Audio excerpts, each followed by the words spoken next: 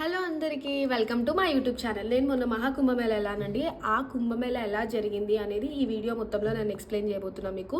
144 years తర్వాత మహాకుంభమేళ జరిగిందండి. మన జనరేషన్ చాలా లక్కీ ఈ కుంభమేళ విజిట్ అవుతున్నందుకు. నేనైతే అక్కడికి వెళ్ళినాక చాలా పాజిటివిటీ వచ్చింది, చాలా హ్యాపీగా ఉన్నాను.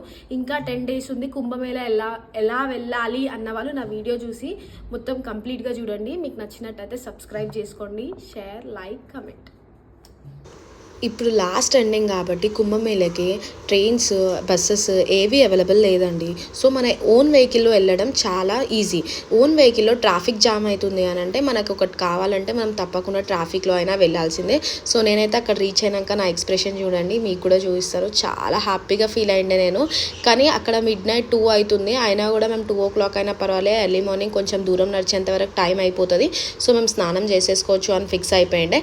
ఎందుకంటే మళ్ళీ పొద్దున చాలా కష్టం అవుతుందని. కానీ ఆ టైంకి కూడా చాలామంది మాలాగే ఆలోచించే వాళ్ళు ఎంతోమంది ఉంటారంటారు కదా. సో అలాగే అనిపించింది.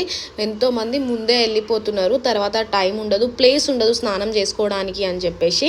సో మీరు కూడా వెళ్ళండి, డెఫినెట్గా రష్ ఉంటుంది అని ఆలోచించకండి. ఓన్ వెహికల్ అరేంజ్ చేసుకోనన్నా వెళ్ళండి. నెక్స్ట్ మన 2-3 జనరేషన్స్కి రాని అదృష్టం మనకు వచ్చిందండి. సో మనం ఈ అదృష్టాన్ని అస్సలు వదులుకోవద్దు. సో మీరు కూడా వెళ్ళండి, ఇంకా 1 వీక్ ఉంది.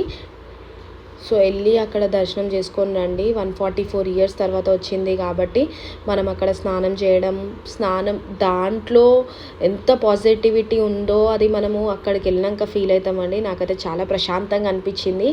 నా నెగిటివ్ ఎనర్జీ మొత్తం అక్కడ వెళ్ళిపోయిందేమో అని అనిపించింది. సో మీరు కూడా వెళ్ళాలని నేను మనస్ఫూర్తిగా కోరుకుంటున్నాను. లాస్ట్ మూమెంట్ అనేసి అసలు డిస్కరేజ్ అవ్వకండి, వెళ్ళండి అక్కడ. కానీ మీరు కొంచెం జాగ్రత్తగా ఉండాలి. అందరితో అంటే ఎవరిని పడితే అక్కడ నమ్మొద్దండి. కొంచెం క్యాష్ మాత్రం క్యారీ చేయండి. అక్కడ మాత్రం గంగా పూజ చేస్తున్నారండి అందరూ. సో నేను కూడా అక్కడ వాళ్ళని అడిగి తెలుసుకొని గంగాదేవికి అక్కడ గంగా పూజ మాత్రం చేయాలంట. సో దీపం సమర్పించి నేను కూడా దేవుడికి మొక్కుకున్నాను, అనుకున్న కోరికలన్నీ నెరవేరుతాయి అనేసి. సో చేశాను. అక్కడ చాలా హ్యాపీగా ఫీల్ అయింది నాకైతే. సో అక్కడ దర్శనం చేసేసుకొని వెనకాల మా ఫ్రెండ్ వాళ్ళ అన్న అన్నమాట, నాకు కూడా అన్ననే. సో మేము అందరం లైన్లో నిలబడి బొట్టు పెట్టించుకుంటున్నాం అనమాట. చాలా మంచిగా అనిపించింది. అందరు పెట్టుకుంటున్నారు, మనం కూడా పెట్టుకుందాం అని చెప్పేసి. సో నేనైతే పెట్టేసుకున్నా. అన్న అయితే ఫొటోస్ కూడా దిగేస్తున్నాడు. అండ్ నెక్స్ట్ వచ్చేసి అక్కడంతా చేంజింగ్ రూమ్స్ అన్నీ అవైలబిలిటీ ఉంది అండి అక్కడ. సో మీరు ఏం వరీ అవ్వద్దు. అక్కడ చాలామంది వెళ్ళి అఘోరా వాళ్ళ దగ్గర బ్లెస్సింగ్స్ తీసుకుంటున్నారు అనమాట. సో వాళ్ళు ప్రతి ఒక్కరికి బ్లెస్సింగ్స్ ఇచ్చేసి వాళ్ళకి బొట్టు పెట్టి పంపిస్తున్నారు. చాలా మంచిగా అనిపించింది. ఎక్కడ సైడ్, లెఫ్ట్ సైడ్ అన్నా కానీ రైట్ సైడ్ అన్నా కానీ ప్రతి ఒక్క దగ్గర అఘోరా వాళ్ళు కూర్చొనే ఉన్నారండి. ఎందుకంటే అఘోరా వాళ్ళు అక్కడే స్టే చేసినారంట చాలామంది. మనం దారిలో నడుస్తుంటే చాలామంది ఇట్లా పాటలు పాడుకుంటూ స్వామి వాళ్ళ అందరు పాటలు పాడుకుంటున్నారు, వెళ్తే మనని దీవిస్తున్నారు అనమాట. సో నేను కూడా వెళ్ళిన. పైనుంచి వ్యూ అండి ఇది ప్రయాగ్రాజ్ది, చాలా బాగుంది.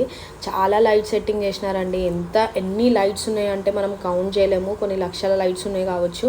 అంత కొంచెం ఇబ్బంది అవుతుందండి, ఎందుకంటే అక్కడ ప్రైసెస్ కొంచెం టూ హై ఉన్నాయి. కానీ వెళ్ళిరండి.